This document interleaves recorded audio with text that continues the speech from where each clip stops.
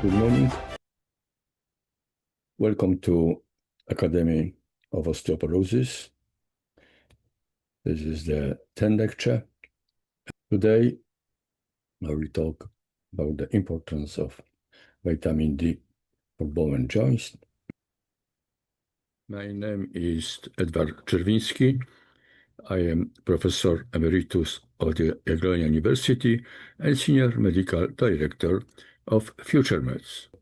Today is muscle and bone, how it works, vitamin D receptors in human body, the role of vitamin D in bone metabolism, functional structure of muscle, role of vitamin D in muscle function, vitamin D supplementation and fracture, what is the truth? No, and summary short. So the attribute of skeletal bone is the endurance, and the muscular attribute is motion, contraction. Muscle only have contraction, no extension. And fracture out of a force that exceeds the bone endurance. And the force occurs when the muscle has reduced efficiency. I will explain to you later. And vitamin D is essential both for the bone health and from the muscle health, the quality for the endurance and the contraction. We have vitamin D with our receptor almost everywhere. What we are more interested in is the skin, kidneys, bone, and muscle. This is the biggest point of the calcium turnover. And as far as we are talking about bone, so receptors exist in osteoblasts, osteoclasts, osteocytes, chondrocytes, parathyroid, endocrine, ovarian, testicular, and mammalian cells, locomotor system in the muscle cell, and brain, and synapses, and immune system, and in every endothelial cells, mean in the artery are everywhere. That means that the vitamin D receptors are really everywhere. We have two kinds of action of vitamin D. One is the genetic action. This is the vitamin D receptor, and it just stimulates the bone metabolism. I will talk later. And the second, not much known, is the effect of the permeability for calcium on bone membrane, which usually activates the cell in general. So here we have the receptor on the cell membrane. Here comes a vitamin D, activates that. It's bound to the inner protein, then to the toid receptor, then go to DNA, then have the MRR, and start produce proteins. That means calcium proteases, hydrochlorase, osteocalcin, osteopontin, collagen, and others. That means the bone transport, the calcium transportation, calcium metabolism, and bone metabolism as well. By the receptors, the osteocyte stimulates FGF23, which is the antagonist of the vitamin activation. There is a very steep feedback loop in kidney, coordinates mechanical responses of the osteocyte, and also influences production of sclerostin. Have a huge effect on osteoblasts, stimulate transcription of osteocalcin, osteopontin, alkaline phosphate, and also induces the expression of the RANG ligand. The same on the osteoclast, activated ligand, and MSF, macrophage colon stimulating factors, a lot of action. First of all, I should say that vitamin D is a hormone because God has receptors in every organ and variety, almost in every cell. And speaking vitamin D, we are using that term for three different substances. The first, what we are taking with diet, is the vitamin D3. It doesn't matter, in fact, because vitamin D have almost the same action, and this is cholecalciferol. This go to the liver. Liver produces calcifidiol 25 OHD, and this substance we are measuring in the blood. And this is just the substrate storage form. The true hormone, the true vitamin D, is calcifidiol 1.25 hydroxy. Vitamin D is hydroxylated in kidney, and this is the active hormone. There is a relationship, but not very weak, between 25 OHD and 125, as you see here, and the measurements are very, very scattered. And why we measure just 25 instead of 125, which is the active form? Because first, the concentration is of the vitamin of the 25 is 20, say, nanogram, while it has at least 1,000 less. Half time is only 4 hours, and is strongly regulated with PTH, and that lets me quote that 25 OHD is the best indicator of vitamin D status. It reflects the true situation, because 125 can be even normal in deficiency of vitamin D, because it's tightly regulated by the parathyroid hormone. And it is maybe, so this is why we are measuring 125. Here you have the assessing of the correlation between vitamin D level and the fracture prevalence of radiographic fracture, very objective. And here we see that if the amount of vitamin D was less than 20, we have about 25. If it is between 20 and 30, we got roughly about less than 20. And if it are more than 30 nanograms, was the smallest amount of fracture, mean only 30%. So please note that you have 3 times smaller frequency of fracture with the higher vitamin D level. And here is another study. It was a study on vertebral fracture who was right cemented and then was put into vitamin D prevention. There was 580 cemented, 2 years follow-up. 30% got vertebral fracture and 7 even cascade, that many fracture. And at the level of vitamin 19, the sensitivity was of under the curve was 0.3, so quite good, and the sensitivity was at 53, and if it was higher, the sensitivity was 60. So that means that the higher vitamin D level, the smaller risk of the new fracture.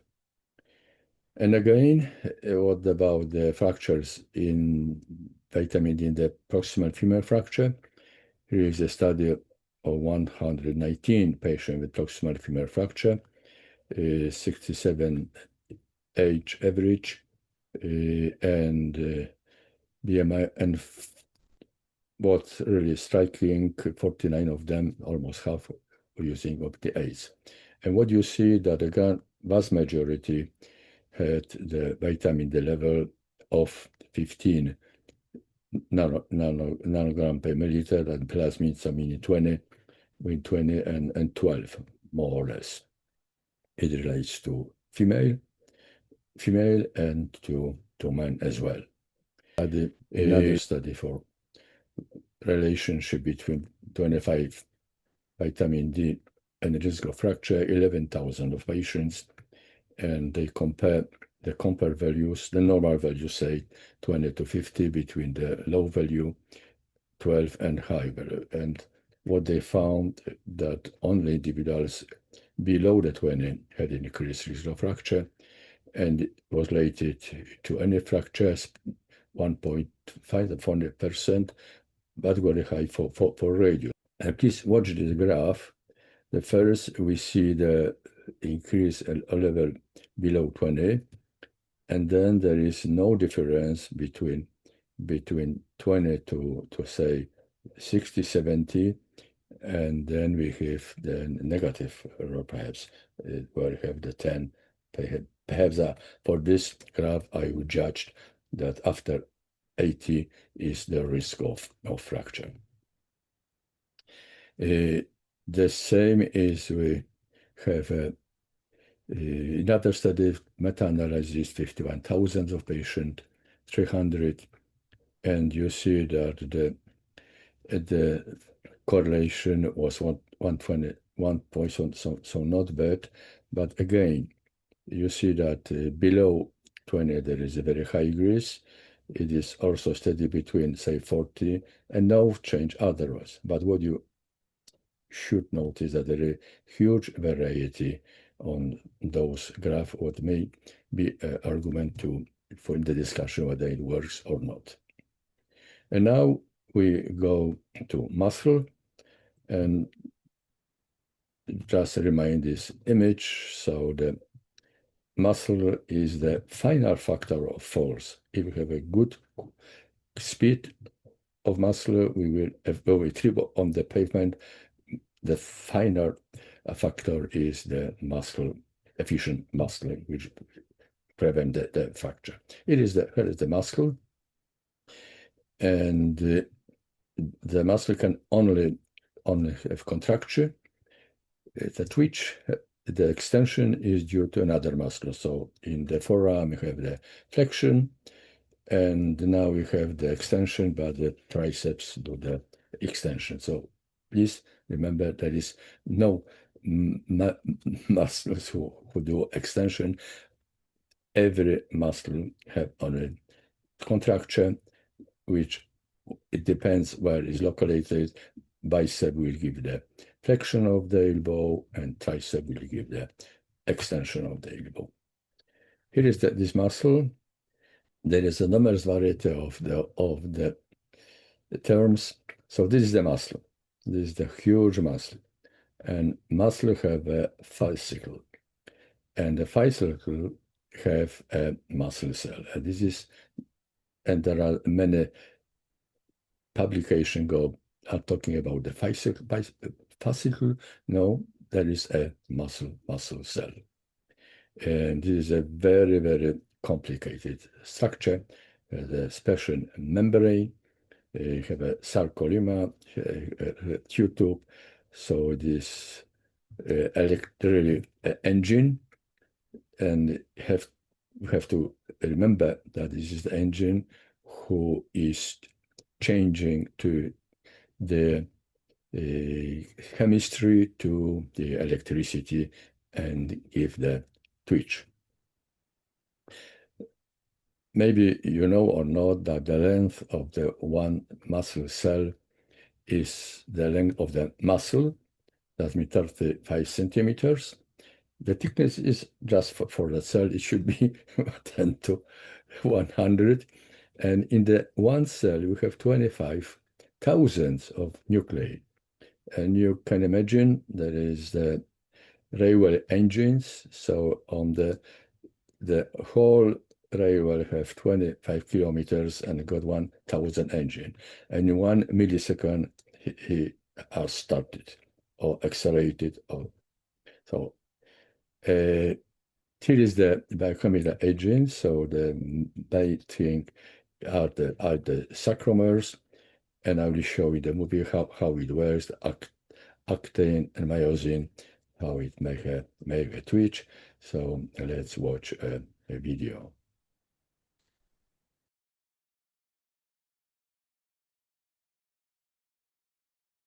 We move our bodies by shortening or contracting our muscles. Let's take a closer look.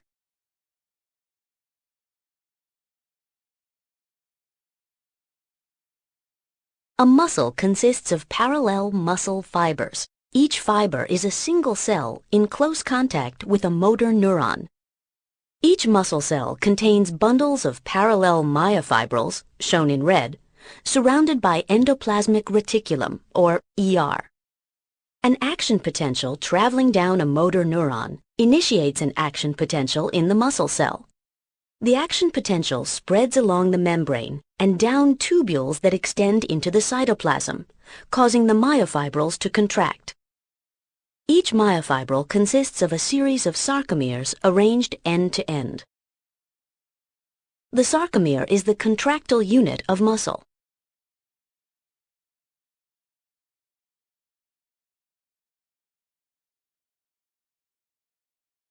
Each sarcomere consists of thick filaments of myosin, shown in purple, and thin filaments of actin, shown in orange. A sarcomere contracts when its actin filaments slide past its myosin filaments.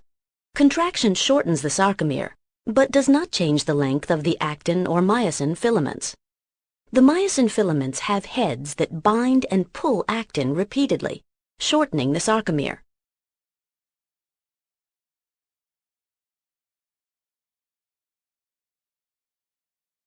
How do the myosin heads pull actin? In a relaxed muscle, the myosin-binding sites on actin are blocked by a protein complex, and ADP and phosphate are bound to each myosin head. An action potential causes the ER to release calcium ions, which bind to the protein complex, causing it to shift and expose the myosin-binding sites. The myosin head binds to actin. When ADP and phosphate are released, the myosin head bends, pulling the actin. This is called the power stroke. Next, ATP binds to the myosin head, causing it to detach from actin. When the ATP is broken down to ADP and phosphate, the myosin head extends. The sequence repeats as long as calcium ions are present. Bind, power stroke, detach, extend. The combined work of many myosin heads causes the actin filaments to slide past the myosin filaments. When the action potentials stop, calcium ions are pumped back into the ER. The myosin-binding sites on actin are again blocked, and the muscle relaxes.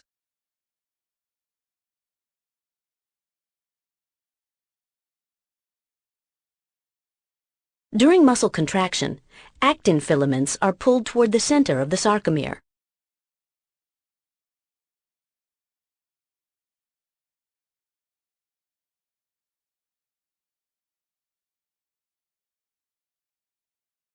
The simultaneous contraction of the sarcomeres shortens the myofibrils, and the entire muscle cell contracts. This is how a muscle cell responds to action potentials in the motor neuron.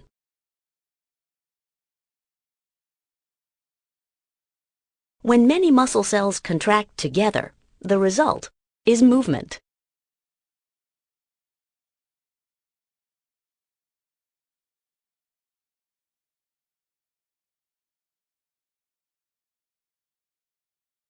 So we watch the muscle contracture, and now about vitamin D and muscle performance, like you can measure and focus.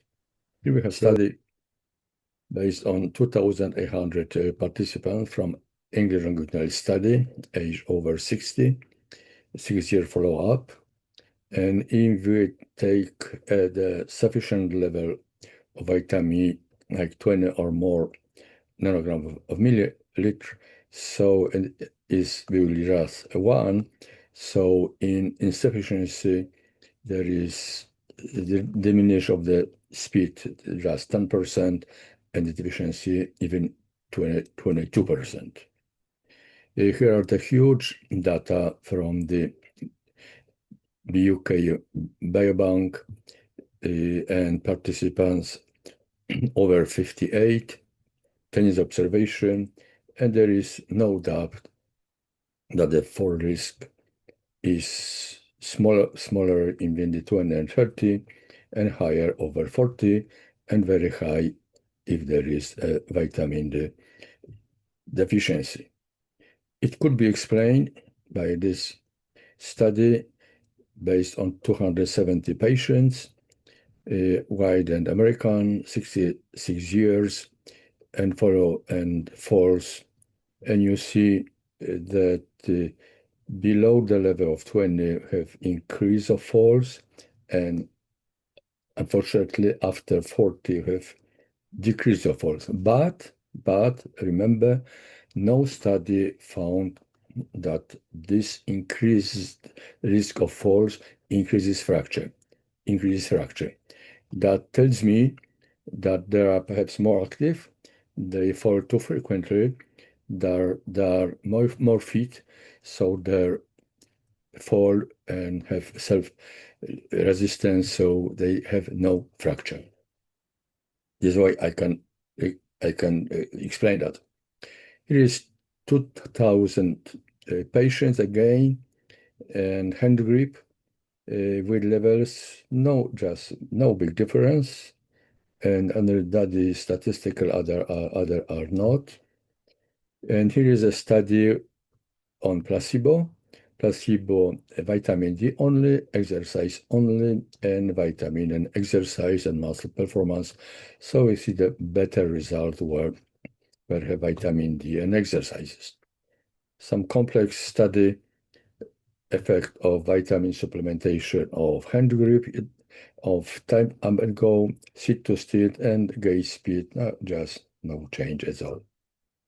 Another study like 49 committed dwelling women age 70 to 80, and they were given 800 vitamin units, and we have 4 groups. This is just placebo, non-control, vitamin D, so placebo, no vitamin D, no exercises, placebo and exercises, and vitamin D and exercises. So here we see the results. Here you have the fall rates per 100 patient years. So we see that there is no much effect of the single vitamin D, some effect of placebo, and prominent effect with placebo and exercise. And if we added the falls with injury, so we see also that vitamin D in this study have no effect, but we have the diminished of rate of falls with injury if we have vitamin D and exercises. So the basic question is, what about the supplementation and fractures, and where is the truth? This is the most frequently shown slide recently from 1984. You know it well, more than 3,000 women in the Shapiro study, and it was proven effectiveness of vitamin against placebo, almost 30% of proximal femur reduction and 24% of vertebral fracture, so marvelous. But there is the vital trial, 25,000, 67 years old, 2,000 vitamin D and omega acids versus placebo, and 5 years follow-up.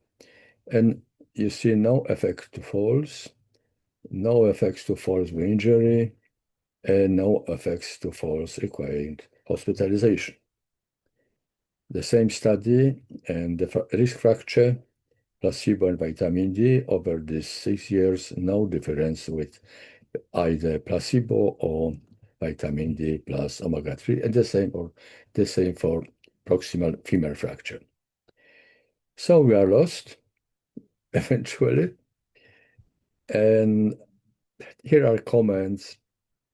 After the vital, there was no measurement of 25 OHD on the beginning, so in fact we could say whether these results are reasonable or not. And this is my experience from my outpatients, that I have patients who need just 500 to have a level of between 20 to 50, and some needs that 10,000. So that's the really query. So what's the truth? We have a publication 2015 of Harago for 3,800 patients. And I quote, vitamin D supplementation has been shown to improve muscle strength and gait in different settings, especially elderly, reduce risk of falls, and also falls due to muscle cells. And recently, 2021, 8,000 patient meta-analysis, available evidence does not support a beneficial effect of vitamin D on muscle health, and vitamin may have adverse event. That's been just swapping to another level. So we have a result of that discussion. It is the Endocrine Society Clinical Practical Guide 2024. And what we see that suggests no supplementation ages 19 up to 74, but suggests supplementation when they're growing up to 18, and pregnancy in elderly and over 75, pregnancy and diabetes. And even more strict recommendation, U.S. Preventive Service Task Force from December 24 means that population postmenopausal women and men over 60 years or older are against for primary fractures prevention and against for prevention of falls. The mark D means that they recommend against service. So here now we have the situation on the one way, very positive results since 94, and some vital a vital trial with the whole of discussion.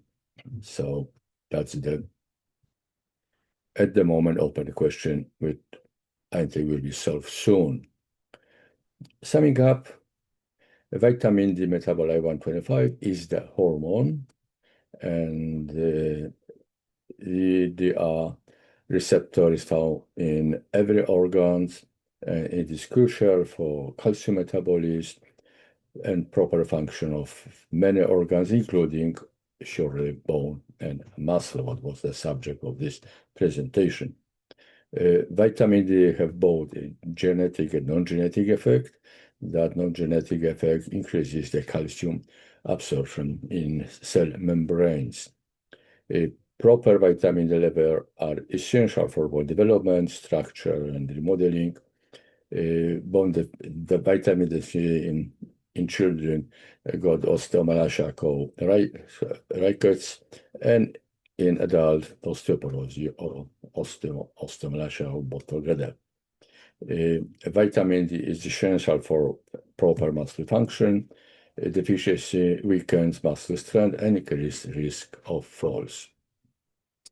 In patients with a history of vertebral novertebral fracture, serum vitamin D concentration was below 20 nanogram, and the fracture risk was higher in the lower levels. Vitamin evidence shows that the threshold just 125 should be the level of cutoff for the clinical fracture risk. Vitamin D supplementation in individuals with deficiency results reduce the risk of both falls and fracture. However, this is no linear relationship where results are very scattered. The largest clinical trial so far by Vital on basis of observation 25,000 plus patients, and 5.3 years follow-up demonstrated that there is no effect of vitamin D on the folds, fracture, and have no pleiotropic outcomes. In the commentary, it is the stress that 40% of the participant has already on supplementation and was in the treated and placebo, so the results are challenged. Endocrine Society introduced the guidelines and suggests that the supplementation should be just of children up to 18 years and over 75 years during pregnancy and breastfeeding. Saying that, thank you for your attention, and I invite you to the next lecture, the last one, for prevention. Thank you very much for your attention, and I will love to watch some comments, questions, and so on. Thank you very much.